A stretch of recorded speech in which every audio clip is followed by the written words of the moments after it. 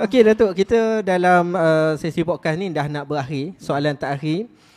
Sebelum saya tanya, kalau ada yang nak tanya soalan terakhir daripada saya berkenaan dengan martabat tujuh dan wahdatul wujud.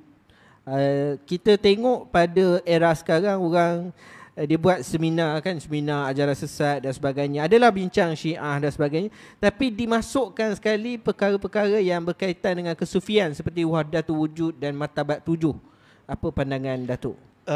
Ini dah habis di kurun, kalau tak salah kurun ke-17 Hijriah, 16 lebih Masehi, miladi, Masehi.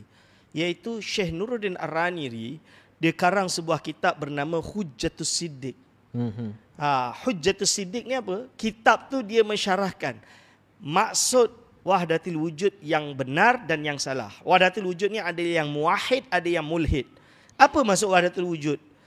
Iaitu kalau yang mulhid, yang sesat, dia kata hakikat kewujudan hanya satu. Maka entah wujud, ini wujud, ini wujud, ini wujud, ini semua Tuhan, ni Tuhan, ni Tuhan, ni Tuhan, ni Tuhan, ni Tuhan. Berarti apa? Berarti tak esalah Allah SWT kan. Lebih kurang begitu. Itu pantheism lah. Pantheism atau hulul. Jadi makhluk dengan Tuhan tu sebati. Hulul itu berlaku kerana dia kata dia tak wujud, ni tak wujud. Maka ini Tuhan, ni Tuhan, semua ni Tuhan.